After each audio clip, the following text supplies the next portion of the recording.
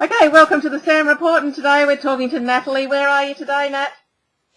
Sydney today. I've had a great day at the Olympic Committee in the middle of Sydney, attending the AOC, which is the Australian Olympic Committee, AC, Athletes Commission meeting. So we have 3 of those a year where there's about 8 of us that sit around a table and try and help athletes on their road to, in this case, London. Yep. So the next Olympic Games. So we, from athlete wellbeing all the way through to uniforms, to selection policies, and anything that really comes up for the Australian Olympic team. Fantastic. Is that quite an exciting thing, or is it Yeah, bureaucratic? it's great. Well, it has its bureaucracy, but it's great. It's great to be a part of the Olympic movement. I'm obviously addicted to the Olympics, so as an athlete and all of the things that encase and embrace the Olympic rings, they're my whole life. So I love it, and it's challenging as well to make sure we get the best outcome for all the athletes. And so on that note, you said last time we're going to talk about how your path to the Olympics, can you explain that for us lay people? The pathway to the Olympic Games used to be, for beach volleyball, very simple. You only had one way to go, and that was through the FIVB, which is the Federation of International de Volleyball. It's French. It's based in Switzerland. And you would play on the FIVB tour for a year and a half, so January 1st of the year before the Olympics, so in this case 2011, all the way up until June 17, 2012, a series of international events. Now, that depends on how many there are and how many countries there are putting on. So last year we had about 18, and this year, before June 17, there's only going to be 6. So there'll be 24 total events, or close to that. I might have missed 1 or 2 in the beginning, but about that many events that you get to count your best 12 results. So it used to be that that's the only way to go to the Olympics. The top 24 teams, the best 2 from each country in that list, and in some cases Brazil or the USA would have 3 or 4 teams in that top list, so only the top 2 could go. So you might find that you could be in the top 28 in the world and get a spot. The host country gets a spot, so in this case it's Great Britain, and they also have the humanity rules where you have to have 1 from each continent, so then Africa would generally get a spot. So you have 22 spots on the World Tour ranking, and then the last 2 spots for Africa and the host. Now, this is the first time where they've said we're only going to take 16 from the FIVB tour, and so you have to be in the top 16 at June 17 after your best 12 results, and 1 for the host, Great Britain, so that's 17, and then 5 spots are going to become available through what they're calling the Continental Cup. So each continent, we have Asia, Europe, Africa, North America, and South America. So 5 continents. The winners in the continent will take the next 5 Olympic spots. So now we're at 22. So there's 2 more spots left for the Olympic Games. So what happens is, in the 5 continents, if you come 2nd or 3rd, so remember the first goes to the Olympics, the 2nds and the 3rds all then go to Italy to play in the World Cup final. So that means there'll be 5 lots, 5 continents of 2 teams, the 2nds and the 3rds, so that's a total of 10 teams travelling to Italy the last week of June to qualify for the last 2 spots.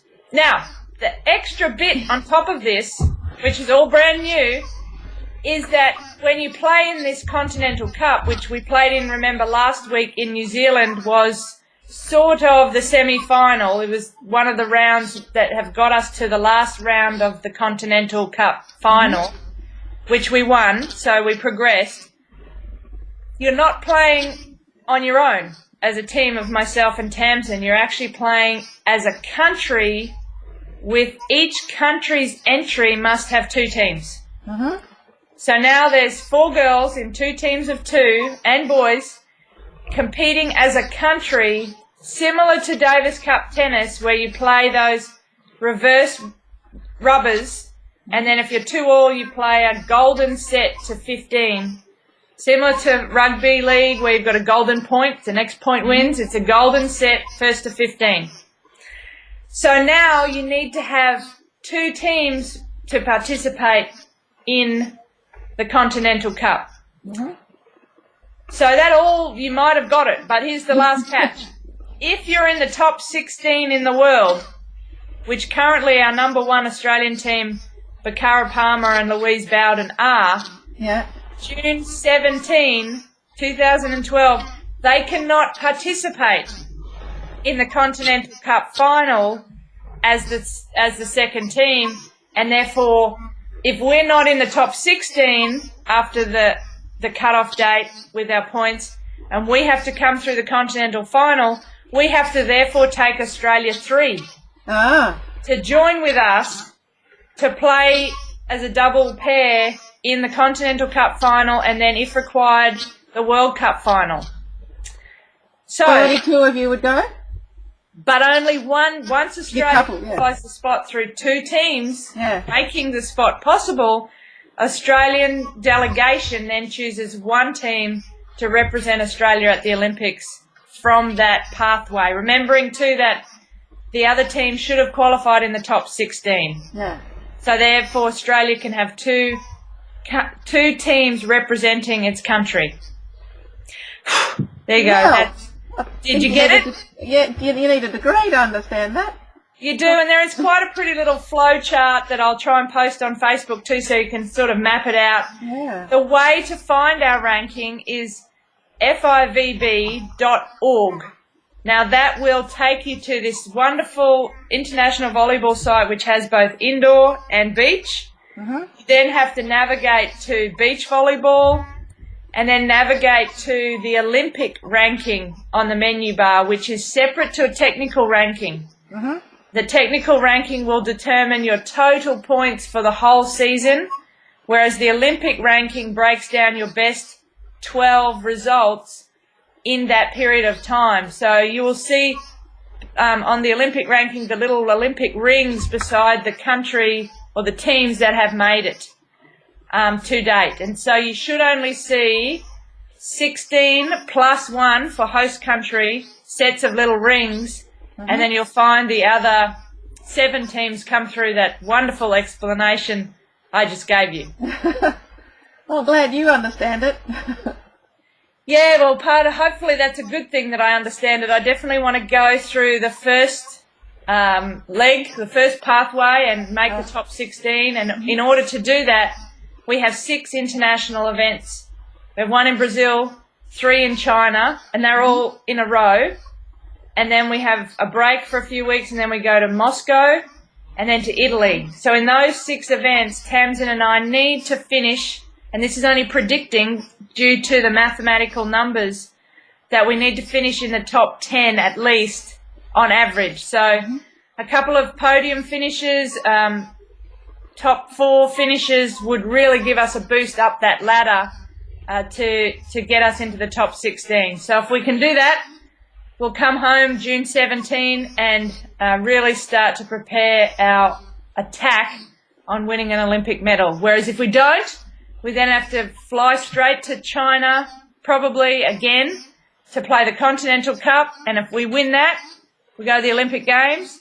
If we come 2nd or 3rd, we go to Italy again for the World Cup. And we need to come 1st or 2nd in the World Cup to book the last plane to London. And what date would that be? June 24 is the Continental Cup final, the final day, and then June 30 would be the World Cup final day. And there are a series, the Continental Cup final and the World Cup final will be a 4-day tournament where you'll progress as a country through the rounds to make the final. And so in China, in the Continental Cup, making the final is not enough. You have to win. Yep. But in Italy in the World Cup, making the final will mean the top 2 teams, which means you can both have a party. It doesn't matter who wins at that point. You're both going to the Olympic Games, which is what it's all about and what we're training so hard for, and why I get up every day and run around the sand. That's fantastic. Thank you very much for explaining all that. I hope it's all Pleasure. clear. Whereas if you're a swimmer here in Australia, you dive in the blocks on March 15th, you swim your 2, 3, 4, 5 laps, and you win, you go. That's it. Yeah.